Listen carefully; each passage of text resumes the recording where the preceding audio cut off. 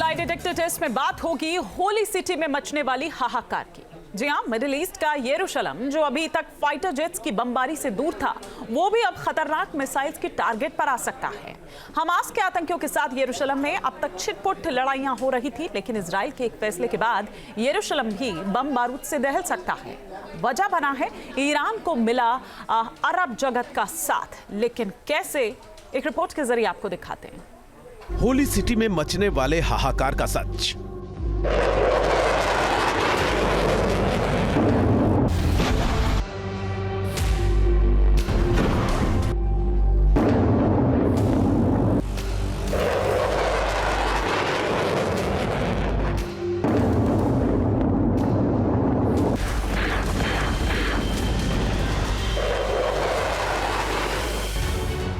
Israel के fighter तैयार हैं, बस एक ऑर्डर का इंतजार है।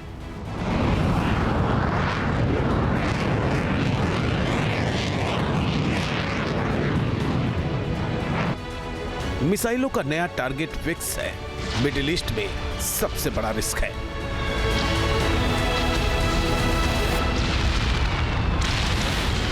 ईरान को मिला मुस्लिम देशों का साथ, क्या इजराइल पर होने वाला है आघात?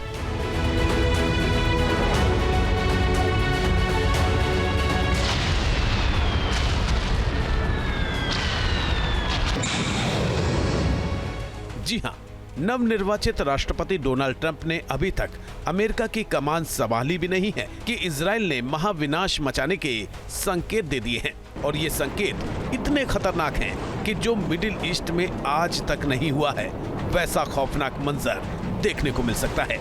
लेकिन क्या ये मंजर गाजा की बर्बादी से भी बड़ा हो सकता है? क्या इसके सामने बेरूत का विनाश भी बौना साबित होगा?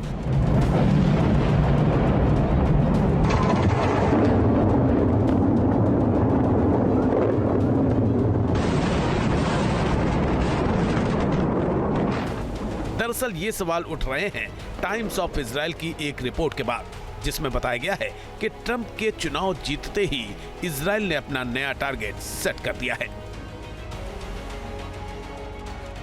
दावा है कि ये टारगेट ट्रंप की रजामंदी से खुद इजराइल के प्रधानमंत्री बेंजामिन नेतन्याहू ने फिक्स किया है, और ये टारगेट है यरूशलेम। लेकिन सवाल ये है कि जो इजराइल कल तक ईरान से भिड़ने को तैयार नजर आ रहा था, वो अचानक यरूशलेम को लेकर एक्शन मोड में क्यों आ गया है? वो भी तब जब यरूशलेम में अभी इजराइल का ही सिक्का चलता है और पूर्वी यरूशलेम का पूरा इलाका इजराइल के कब्जे में है। इजराइल के इस नए टारगेट वाली पूरी तैयारी आपको दिखाएंगे, लेकिन पहले इजराइल के वित्त मंत्री बेजलेल स्मोट्रिच का वो बयान आपको सुनवाते हैं, जिन्होंने एटमी बारूद को चिंगारी दिखाने का काम किया है। दरअसल इजराइल के दक्षिणपंथी नेता और वित्त मंत्री बेजलेल स्मोट्रिच ने अपने कब्जे में मौजूद यरूशलेम को इजराइल में मिलाने की तैयारी करने का आदेश दिया है। सुनिए जरा। למנהלת ההתיישבות במשרד הביטחון ולמינהל האזרחי להתחיל בעבודת מטה מקצועית ומקיפה ולהכין בפועל את התשתית הנדרשת להחלת הריבונות। अब सवाल यह है कि यरूशलेम को लेकर इजराइल अचानक आक्रामक क्यों है? क्या वाकई डोनाल्ड ट्रंप ने इजराइल को यरूशलेम पर आर पार करने की हरी झंडी दे दी है? और सवाल यह भी है कि अगर इजराइल ऐसा करने की कोशिश करता है तो फिर मुस्लिम देश क्या करेंगे? मिडिल ईस्ट में पल पल बदलते इन घटनाक्रम को आपको बहुत ध्यान से समझने की जरूरत है, क्योंकि यरूशलेम सिर्फ जमीन का मामूली टुकड़ा नहीं है जिस पर गाजा की तरह इजराइल चढ़ाई कर दे, बल्कि यरूशलेम एक ऐसा शहर है जिसके साथ 3 धर्मों की आस्था और मान्यताएं जुड़ी हैं। इसकी डिटेल हम आपको आगे बताएंगे। पहले इस विवाद में ट्रंप की एंट्री की बात करते हैं। जानकारों की माने तो व्हाइट हाउस में ट्रंप के आने से पहले ही इजराइल यरूशलेम का चैप्टर क्लोज कर देना चाहता है। दावा है कि जिस वक्त इजरायली पीएम बेंजामिन नेतन्याहू ने ट्रंप को जीत पर बधाई संदेश दिया था, ठीक उसी वक्त यरूशलेम को इजराइल में मिलाने के बारे में बात कर ली थी। लेकिन क्या ऐसा मुमकिन है? बता दें कि इजराइल को लेकर ट्रंप हमेशा से सॉफ्ट कॉर्नर रहे हैं। अपने पिछले कार्यकाल में भी ट्रंप ने यरूशलेम को इजराइल की आधिकारिक राजधानी के तौर पर मान्यता दे दी थी। इसके अलावा एक कदम आगे बढ़ाते हुए यरूशलेम में अपना दूतावास भी खोल दिया था। आपको बता दें कि अमेरिका के अलावा दुनिया के दूसरे देशों ने यरूशलेम में अपने सिर्फ काउंसलेट खोल रखे हैं, जबकि उनके दूतावास इजराइल के ही तेल अवीव में हैं। चूंकि अब तक मिडिल ईस्ट के तमाम देश यरूशलेम को एक विवादित इलाके के तौर पर देखते रहे हैं, जिसके एक हिस्से पर इजराइल का कब्जा है तो दूसरे हिस्से को फिलिस्तीन अपना मानता है। मगर जिस तरह इजराइल के वित्त मंत्री ने इसके इजराइल में मिलाने वाला बयान दिया है, उसके बाद सऊदी अरब जैसे वो मुस्लिम देश भी भड़क गए हैं जो हमेशा अमेरिका की हाँ में हाँ मिलाते रहे हैं। रियाद शिखर सम्मेलन में पहली बार ईरान का समर्थन करते हुए सऊदी क्राउन प्रिंस मोहम्मद बिन सलमान ने इजराइल पर नरसंहार का आरोप लगा दिया और कहा कि अंतर्राष्ट्रीय समुदाय को इजराइल को ईरान की संप्रभुता का सम्मान करने और उसकी भूमि का उल्लंघन न करने के लिए बाध्य करना चाहिए। हम इस बात की पुष्टि करते हैं कि निर्दोष लोगों के खिलाफ इजराइल के निरंतर अपराध अल अक्सा मस्जिद की पवित्रता का उल्लंघन करने से रोका जाना चाहिए।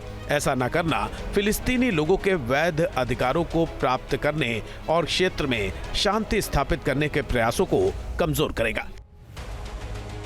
एक तरफ मुस्लिम देशों का आक्रामक रुख और दूसरी तरफ यरूशलेम को लेकर इजराइल की फाइनल तैयारी साफ इशारा कर रही है कि आने वाले दिन मिडिल ईस्ट में बड़े भयानक हो सकते हैं, क्योंकि ऐसी चेतावनी इजराइल को पहले भी मिलती रही है। बावजूद इसके इजराइल ने न तो गाजा में और न ही लेबनान में अपने कदम पीछे हटाए और अब तक नेतन्याहू के साथ रोकने टोकने वाले बाइडेन नहीं बल्कि ट्रंप हैं, जो हमेशा आंख मूंद कर इजराइल के सिर पर अपने भरोसे का हाथ रख देते हैं। हालांकि जानकार मानते हैं कि यरूशलेम पर द्वंद्व छिड़ा तो उसके भयानक अंजाम देखने को मिल सकते हैं। अब सवाल यह है कि आखिर क्यों यरूशलेम का नाम आते ही सऊदी अरब के सहयोगी मुस्लिम देश ईरान के सुर में सुर मिलाने लगे हैं।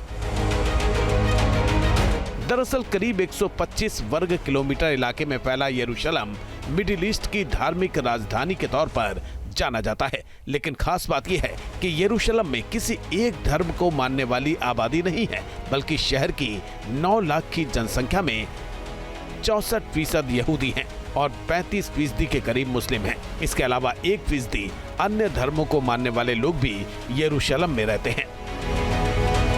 माना जाता है कि दुनिया के सबसे प्राचीन शहरों में से एक यरूशलेम 3 पवित्र धर्मों का धाम है।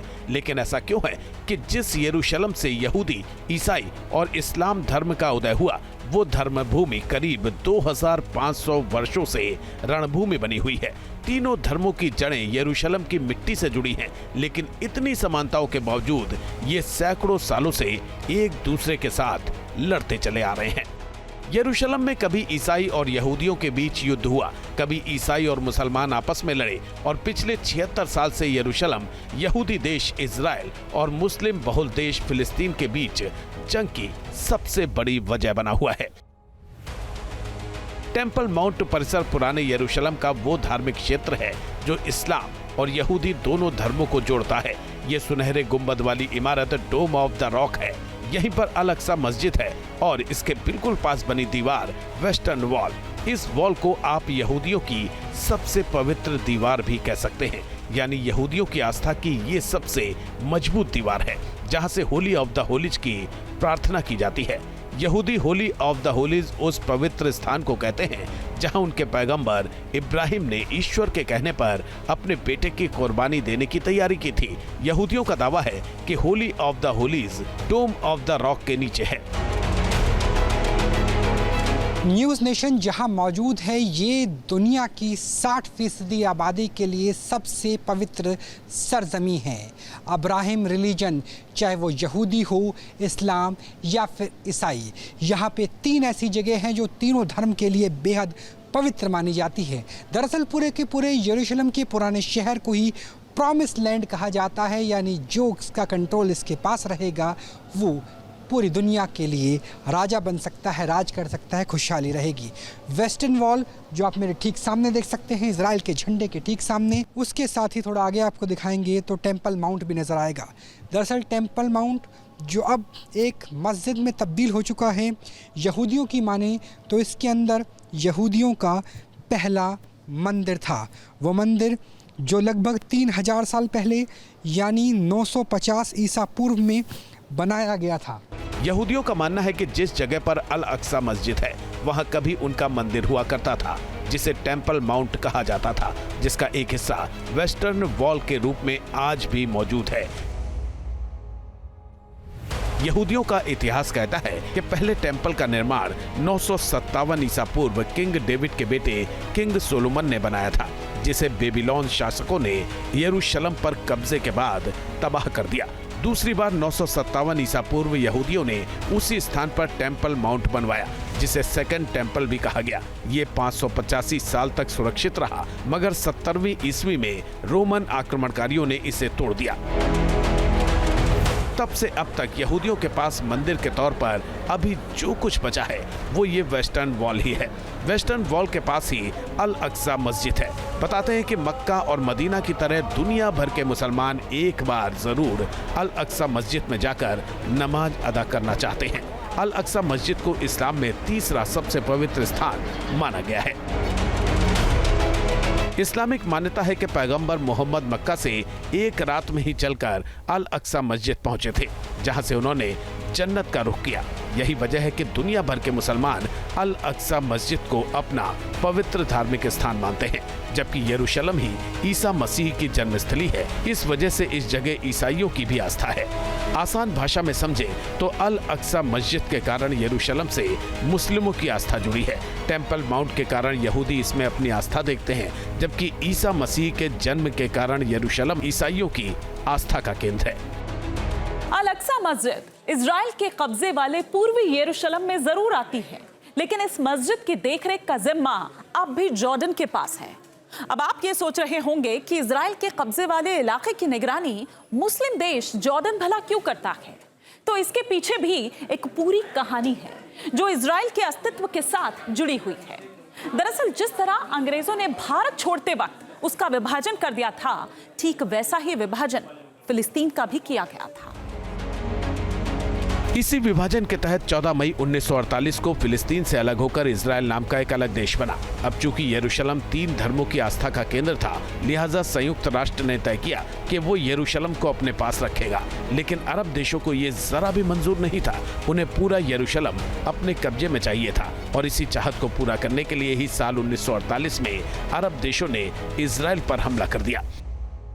लेकिन इस जंग में इजराइल की जीत हुई और उसने यरूशलेम के आधे से ज्यादा हिस्से पर कब्जा कर लिया।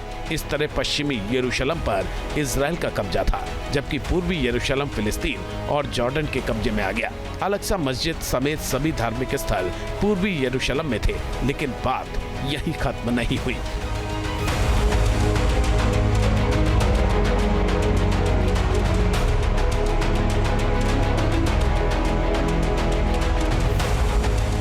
इजराइल से पश्चिमी यरूशलेम छीनने के लिए साल 1967 में इजिप्ट, जॉर्डन, फिलिस्तीन और सीरिया ने एक बार फिर इजराइल के खिलाफ जंग का ऐलान कर दिया। लेकिन इजराइल ने सिर्फ 6 दिन में इन देशों को धूल चटा दी। जानकारी के मुताबिक इसके बाद इजराइल ने जॉर्डन और इजिप्ट के साथ एक समझौता किया, जिसके तहत यह तय किया गया कि जॉर्डन और इजिप्ट अपनी जमीन का इस्तेमाल इजराइल के खिलाफ नहीं करने देंगे। बदले में इजराइल ने जुद यरूशलेम की अल अक्सा मस्जिद की देखरेख जॉर्डन का वक्फ बोर्ड करेगा। जेरूसलम को इजराइल अपनी राजधानी मानता है और जाहिर है कि पैलेस्टीन भी इसके ऊपर अपना दावा करता है। लेकिन एक बात बिल्कुल स्पष्ट है कि जो इजराइल के अनेक जो फार राइट जो वहाँ के नेता हैं वो इस बात के मंसूबे अवश्य रख सकते हैं कि वो चाहे वो सेटलमेंट्स हो या जेरूसलम पर पूरे अधिकार की बात हो, इस तरीके के जो मंसूबे वो अवश्य रख सकते हैं और एक अधिकार करने के बारे में उनके अवश्य महत्वाकांक्षाएं हो सकती हैं। हालांकि आज भी अल अक्सा मस्जिद की सुरक्षा की जिम्मेदारी इजराइल के पास है। यही वजह है कि अल अक्सा मस्जिद के बाहरी परिसर में गैर मुस्लिमों को भी बेरोक-टोक घूमने फिरने की आज़ादी है। बस यही बात मिडिल ईस्ट के इस्लामिक मुल्कों को चुभती है और वो आए दिन इजराइल की नीतियों के खिलाफ आवाज उठाते हैं। ऐसा ही ईरान की पहल पर एक बार फिर अरब मुल्कों ने किया है और अल अक्सा के मुद्दे पर इजराइल को मिडिल ईस्ट का विलेन बनाने की कोशिश कर रहे हैं। Team news nation.